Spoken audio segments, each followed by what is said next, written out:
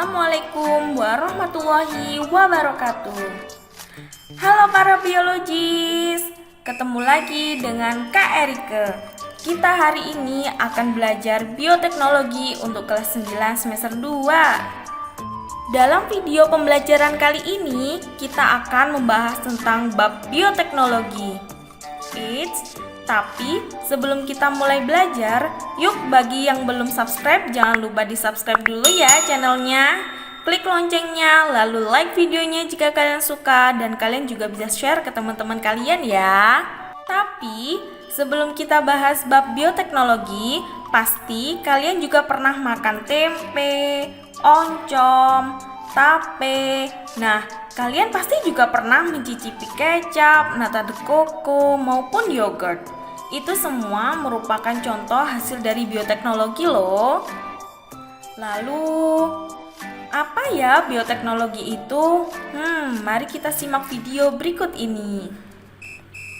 Pengertian bioteknologi. Bioteknologi itu terdiri dari dua kata, yaitu bio yang berarti makhluk hidup, dan teknologi yang artinya produk yang dapat mempermudah manusia. Sehingga bioteknologi dapat diartikan sebagai pemanfaatan makhluk hidup untuk menghasilkan barang dan jasa untuk kepentingan manusia. Makhluk hidup yang dipakai dalam bioteknologi disebut sebagai agen bioteknologi. Tapi jangan kalian bayangkan agen ini seperti agen FBI di film-film Hollywood ya. Agen yang dimaksud di sini berupa mikroorganisme yang udah baik yang dapat membantu pembuatan produk bioteknologi. Mungkin kalian akan bertanya, Kak, kan nata de coco dalam pembuatannya menggunakan mikroorganisme bakteri. Apa tidak mengganggu kesehatan? Meskipun nata de coco dalam pembuatannya menggunakan mikroorganisme bakteri yang bernama Acetobacter psyllium, tapi kalian jangan takut ya. Bakteri tersebut tidak akan mengganggu kesehatan kalian, karena penggunaan agen bioteknologi ini sudah melewati research atau tahap uji coba dan sudah diolah sedemikian rupa hingga aman bagi kesehatan. Oke, dari penjelasan tersebut, pasti kalian sudah paham kan tentang pengertian bioteknologi? Selanjutnya, bioteknologi itu terbagi menjadi dua macam, yaitu bioteknologi konvensional dan bioteknologi modern. Bedanya apa ya? Oke, untuk melihat perbedaannya bisa kita lihat dari ciri-cirinya. Yang pertama yaitu bioteknologi konvensional. Bioteknologi konvensional ini bisa kita sebut juga dengan bioteknologi tradisional.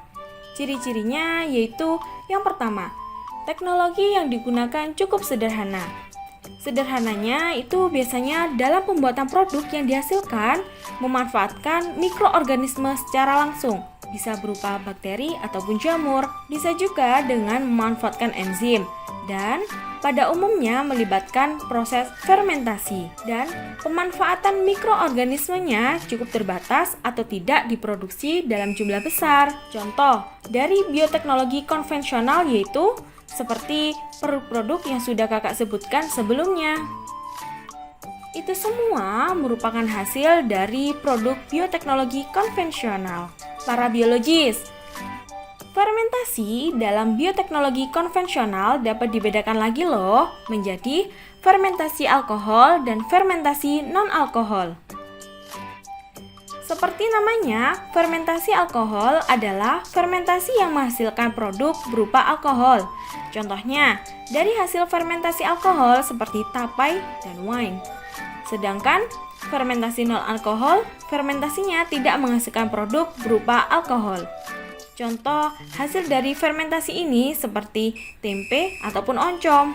Nah, produk-produk tersebut dihasilkan dengan memanfaatkan mikroorganisme sesuai dengan yang diharapkan. Hal tersebut dapat kalian lihat pada tabel berikut ini.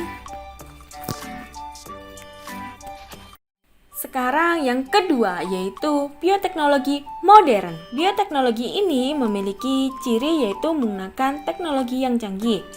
Biasanya melibatkan prinsip ilmiah dan sudah dilakukan rekayasa genetika dalam proses pembuatannya. serta jumlah produk yang dihasilkan cukup besar. Nah, contoh dari bioteknologi modern ini adalah kultur jaringan. Penerapan kultur jaringan ini umumnya banyak dilakukan untuk menghasilkan produk-produk di bidang pertanian. Contoh lainnya yaitu pembuatan hormon insulin dan bayi tabung. Wah, dari contoh yang sudah disebutkan tadi sangat menarik ya produk-produk yang dihasilkan oleh bioteknologi modern ini. Lalu, kalian pernah berpikir tidak mengapa bioteknologi cenderung menggunakan mikroorganisme ya? Nah, hal ini karena mikroorganisme sangat mudah untuk berkembang biak, sangat mudah diperoleh, mudah diubah sesuai keinginan, dan mampu bertahan hidup di lingkungan yang minim nutrisi. Alhamdulillahirrabbilalamin. Sekian dulu ya pembahasan pada materi kali ini. Semoga kalian paham apa yang kakak sampaikan. Then, see you on the next video and thanks for watching. Bye-bye.